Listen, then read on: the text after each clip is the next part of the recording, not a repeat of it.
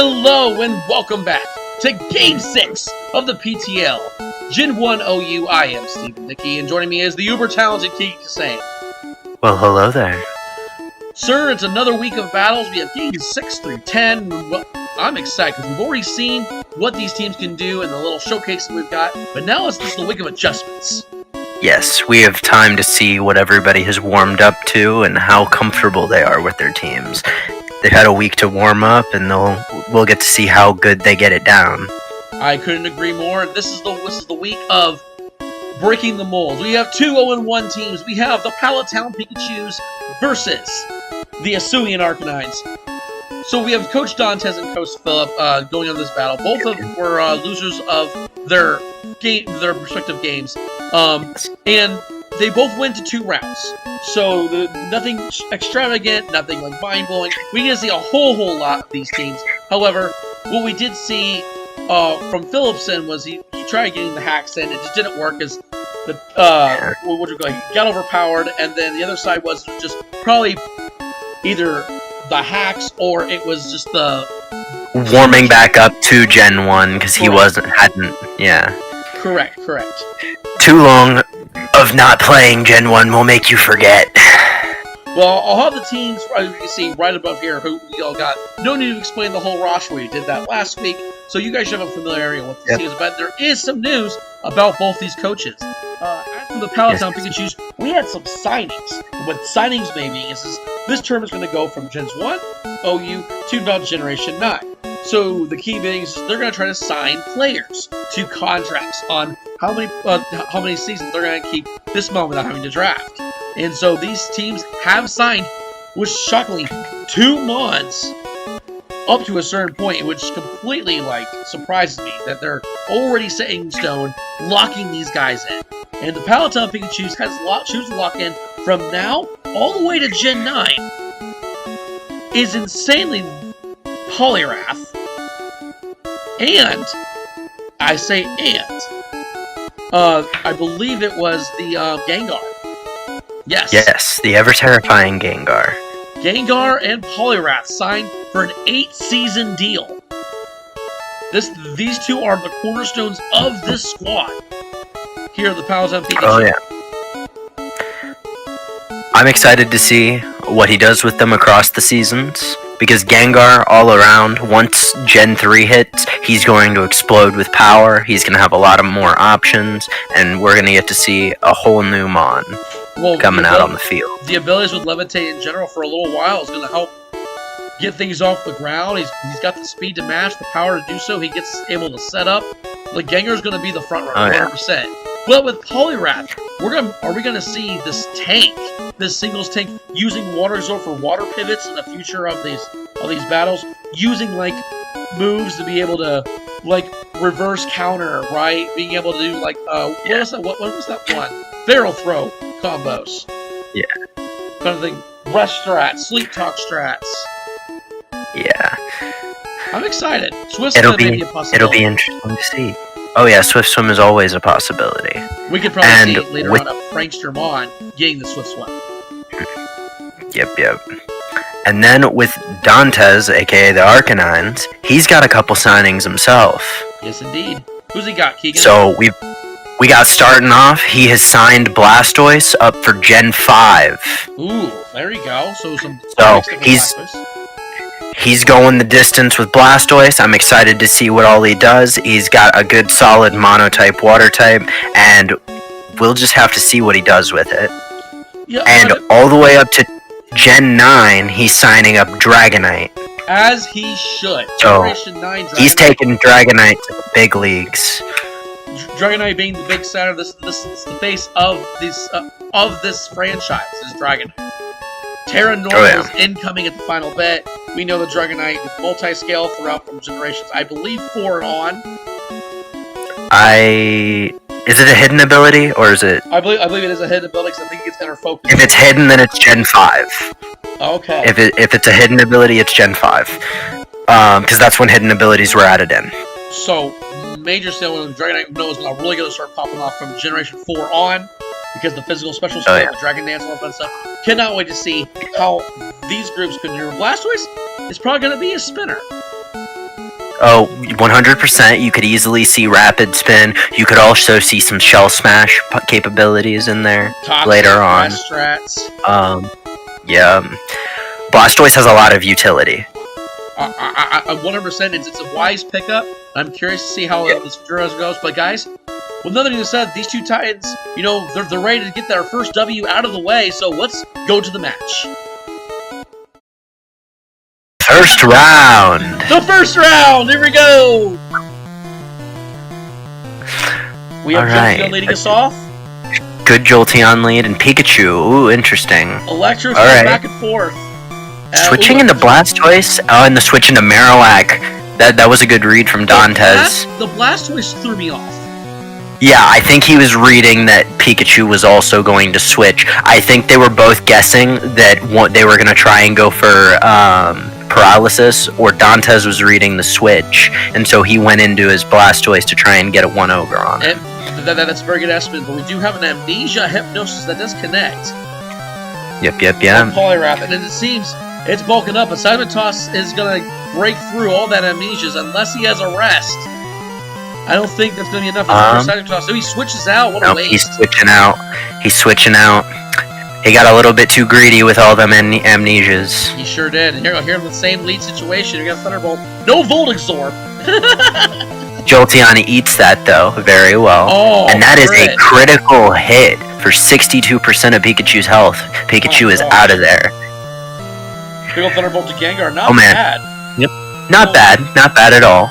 Puts Jolteon to sleep.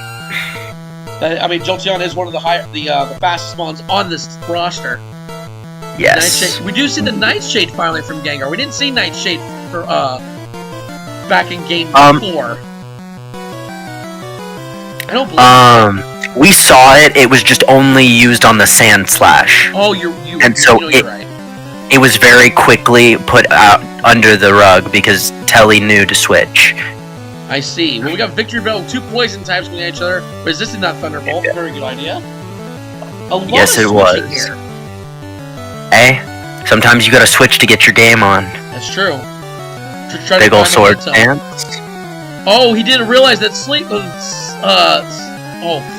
Claws. Big Psychic. Why did he stay in? Again, forgetting that Razor Leaf is not physical, I believe. It's not. Yeah, he's believing it's physical, and it's not. It's special in this game. See, there's where the sword dance is handy in there.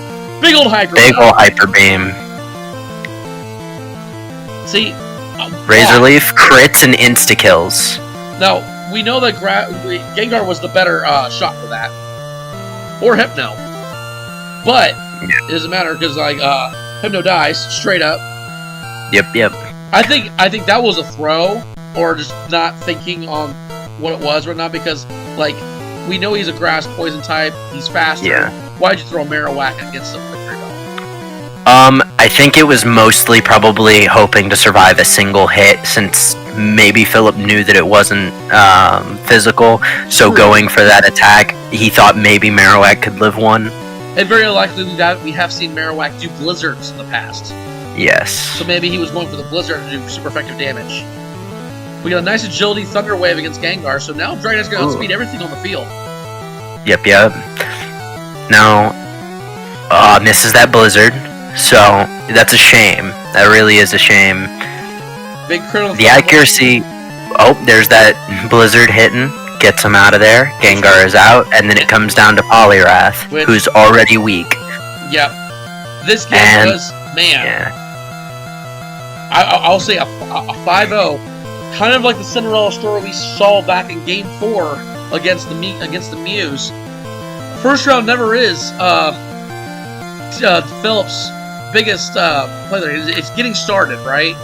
Phillip tends to pack it up right towards the end or mid of the battle. He needs time to warm up. Yeah, we'll get to see him in action later on. We just got to give him time. I 100% agree. Let's see if round 2 the Chews can pull up and make a big comeback here, as we're seeing that everything's all nice and good. And here we go. Leading off again with Pikachu again, and leading off with Jolteon. They're keeping the same. Another lead. Pikachu Jolteon lead. Switches into Victory Bell. Are they expecting a Thunder Wave? No, going for a Surf. That's an interesting choice. I'm curious who he thought maybe might come out. Big Hyper Beam again. Is the maybe Jinx is free. Might have been expecting a Moltres switch. But that's a big psychic right there. He's gonna snap Victory Bell. Oh yeah. Should have. That's probably his best play at that instance right there. No, okay, Moltres coming. And there's a Poliwrath. And then there's a Blastoise. Do we see Hypnosis? Read the switch. We do see Hypnosis. There's the Hypnosis. Now, one thing that we haven't seen a lot of is sleep lasting a long time. Usually, the longest it's lasted is about 4 turns. So, they've been getting pretty lucky with that. Big old thing trying to do some stuff, and Jolteons says, nope. Blastoise is going to reset that sleep timer. Yep. But nothing else can be put to sleep, though, so... Double kick right there against the Marowak. It wouldn't matter if it critted anyway. It wasn't going to do anything. Yeah. It didn't do a whole lot. Expecting an Earthquake? Yeah. Good Moltres switch. Do we see... Now... Oh! Fire Blast crit! Big ol' Fire Blast crit. That is beautiful. Right there. Now... Toxic? Oh, going for Toxic. Alright. Put Poliwrath on a timer. No chance to set up. Right, and unless it has Rest with Amnesia. Which I don't think it does. I think last time we saw it was like Blizzard, Hydro Pump, Amnesia, and... I think, was it Counter or Submission? Something like that. Some Hypnosis. Seismic Toss. Yeah, Hypnosis too. So we know this thing does not have Rest. This Poliwrath is good as dead. Yep. There goes that Fire Spin. The Fire Spin puts it down. Man. Gen 1 Fire Spin. I see a Hypnosis coming in. Oh, well. Won't matter, because Rest put it in there. Yep. Thunder Wave. Maybe he's expecting a switch. Well, that's a good crit out there, 49%. Oh yeah, that's a good bit of damage. Woke up immediately. Let's see. That's pretty good. Now, is he going to switch? No, he just goes outright for the Fire Blast. He's going for damage. Letting Moltres go down, but that's okay, because Moltres did a good job. We got a tie game. Here comes Jolteons now. Big Thunderbolt. If that would have critted, that would have been it right there. No crit. Yeah. Special drop. Ooh. That does let the Hypno yeah, that lets Hypno survive. Ooh! And that really puts a damper on Jolteon. Now, I believe Jolteon's not that bulky, but I believe it does too. But he already has a Pokemon asleep. I don't think he wants to put another one there. Boom. Gengar. Does Gengar work? Yep, sacking off the Blastoise. Here comes in the Dragonite. Do we see a Blizzard coming in, or do we want it, or do we see a Thunder Wave? Yep, there's the Thunder Wave. Big Blizzard, he gets the crit. Yep, there's a 49%. 2 more hits and Gengar's dead. See, this is where, like, if you know you're going to use Blizzarding, you switch right to Jinx. But he explodes! No, blows himself up, tanking Dragonite with him. So we have a very low HP Jolteon that's literally like in the 10%. We have a Rest Jinx against Hitmonlee. I don't know if Rest would have been the preferred idea for that, but I understand why. Hitmonlee take out this Jinx. Yeah, Jinx is a very fast Pokemon in Gen 1. I would have gone straight for the Psychic. It's super effective, and chances are you could have gotten a kill there. No Limber on Hitmonlee right here. It's getting hit with some Thunderbolts as being paralyzed. Big high jump kick. Pikachu does hang on. Yeah. He needs a crit Hangs right on. here. No crit. Did you get a para? Para? No para. Nope. That's no para. Looks like that's it. I think that Phillip's biggest fumble in that round was going for Rest instead of trying to Psychic it. I agree. I think there was too literally, I think the switches and just the moves itself chosen were questionable at certain points there, but we don't know the mindset of the battle, what we were thinking. But it's easy to say something afterwards or when spectating than it is to do it in the heat of the moment. I will say this was the Chooses' best game this season. Oh yeah. The Choose has not gotten this close to a victory, so I will say they're definitely warming up. And you know what? The thing is, the next time the Choose battle, it's for keeps. Oh yeah. We might see 3 rounds next time. We might see next round. I want to see a round victory for the Chews. I want to see at least one. Oh, yeah. Kind of thing. Well, congratulations to Dontez and his Arcanines, as he now goes 1-1. So now he goes basically right down the middle. He gets to go up. He's not going to have a wild card match, so good for him. And that will conclude our game. Honestly, I think the game was definitely well played. Yes, both sides did great. I think honestly the management of the teams with the agility Dragonite was great. Shutting down the Gengar was definitely clutch. Poliwrath getting weakened with the poison was excellent. No chance to set up, no rest. Honestly, well played. And just locking it down in place. Well, that's going to be it for Game 6. I hope you guys enjoy. Hit the like button, subscribe. We're going to Game 7, and we will see you then.